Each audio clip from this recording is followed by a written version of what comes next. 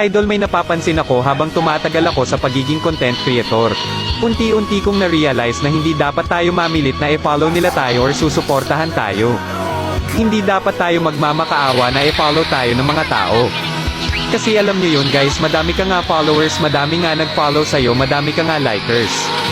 Pero di ba hindi mo ramdam yung saya kasi alam mo yung pinalaw ka lang nila kasi nagmamakaawa ka na i-follow nila yung TikTok account mo, di ba? So ayun guys, habang tumatagal mas na-realize ko na, kung dapat mas pahalagahan natin yung mga taong finalo tayo kasi masaya sila. Or napasaya natin sila sa videos natin kaya nag-follow sila. Tapos idol, pahalagahan natin kung ilan followers natin, mataas man or maliit.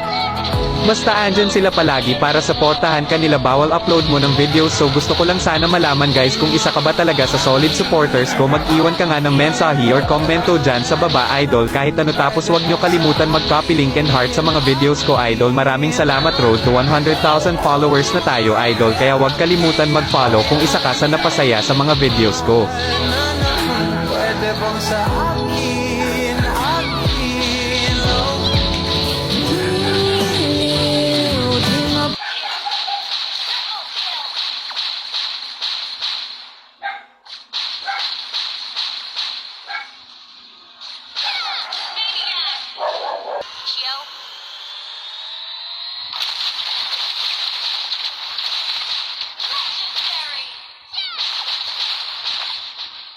Don't underestimate fire!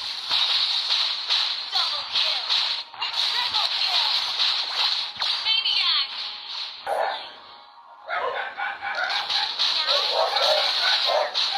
Triple kill!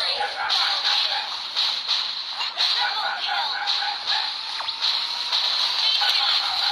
Savage! Wiped out! Legendary! Double kill!